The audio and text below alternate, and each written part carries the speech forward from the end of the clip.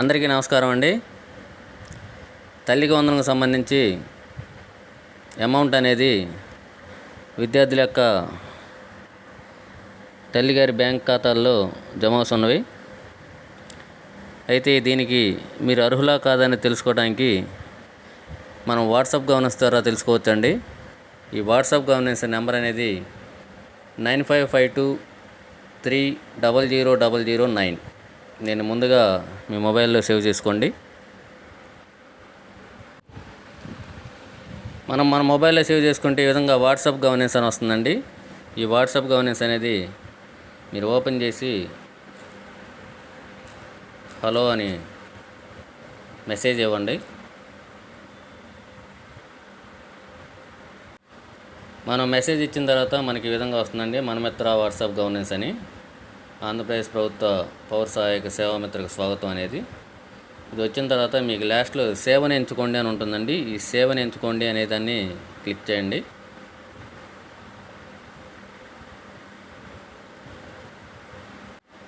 ఇక్కడ దయచేసి ఒక సేవని ఎంచుకోండి అనే దాని మీద మనం ప్రెస్ చేయండి. ప్రెస్ చేసుకున్న తర్వాత మీకు చూడండి, పౌర సేవని ఎంచుకోండి కింద దయచేసి ఒక సేవని ఎంచుకోండి కింద తల్లికి వందనం స్థితి అని ఒకటి చూపిస్తుంటుంది. ఈ తల్లికి వందనం స్థితి అనేది ఎంచుకోండి. ఎంచుకున్న తర్వాత మీకు ఇక్కడ తల్లికి వందనం 2025 స్థితి అనేది ఉంది కదండి, దాన్ని క్లిక్ చేయండి.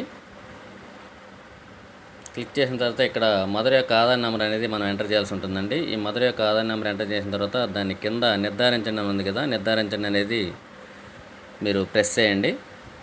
ప్రెస్ చేసిన తర్వాత మీకు రిప్లై అనేది సెండ్ అవుతుంది. సో మీరు దానికి ఎలిజిబుల్లా కాదనేది మీకు మెసేజ్ వస్తుంది. అయితే ఇక్కడ ఎవరు అర్హులు అనేది మీకు తెలియజేస్తానండి. ఎలిజిబిలిటీ పారామీటర్స్ అంటే ఎవరు అర్హులు అనేది ఇక్కడ total house hold income should not exceed 10,000 per month. అంతే, ఒక నెలలో ఆదాయం అనేది 10,000 మించకూడదండి. అది రూరల్ ఏరియాస్లో అంటే గ్రామీణ ప్రాంతాల్లో. అదే అర్బన్ ఏరియాస్లో పట్టణ ప్రాంతాల్లో అయితే నెలకి ఆదాయం 12,000కి మించి ఉండకూడదు. అలా మించి ఉంటే మాత్రం అర్హులు కారు. తర్వాత at least 1 person in the house hold should process in a rice card. అంటే రైస్ కార్డులో ఒక పర్సన్ అనేది హౌస్ హోల్డ్ మ్యాపింగ్ అయి ఉండాలండి.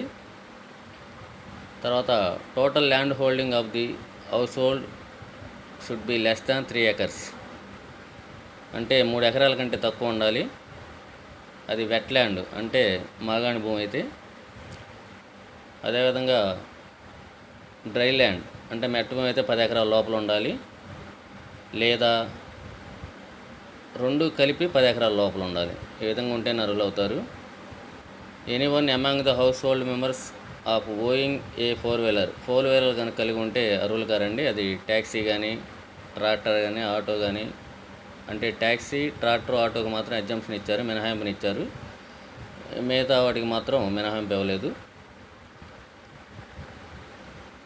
తర్వాత the monthly electricity utilisation own or rented house ఏదైనా కానీ లెస్ దాన్ 300 యూనిట్స్ ఉండాలంటే, అంటే 300 యూనిట్స్ లోపలే మనం విద్యుత్ వినియోగం చేసి ఉండాలి.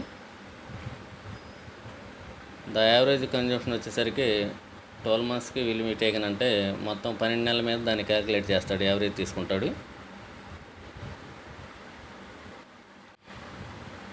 అదేవిధంగా the house hold should not own any municipal property which is 1,000 square feet and above. Municipal property అనేది, ల్యాండ్ అనేది 1,000 square feet కానీ మించి ఉండకూడదండి. అలా ఉంటే అనర్హులు అవుతారు. Anyone among the household members employed in any central or state government services. Central, state government సర్వీసెస్లో ఉంటే మాత్రం అనర్హులు అవుతారు. అదేవిధంగా in case any member in household is paying income tax కనుక పే చేస్తూ ఉంటే కూడా అనర్హులు అవుతారు. The beneficiary should have been included in the household database in the state of Andhra Pradesh.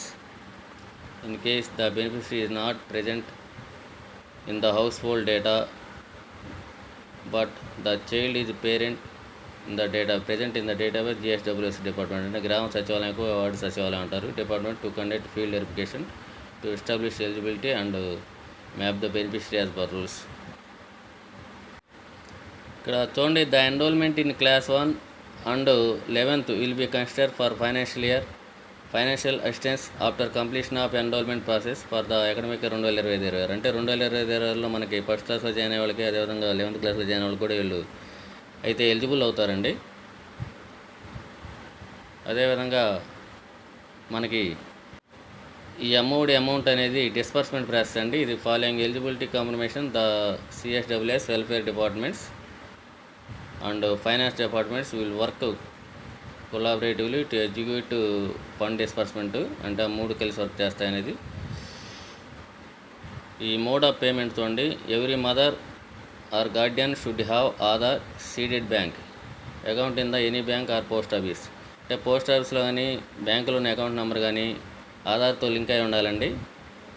Link అయిన వాటికే వేస్తూ ఉంటున్నారు. The payment shall be made primarily to the mother to their Aadhaar seeded bank account.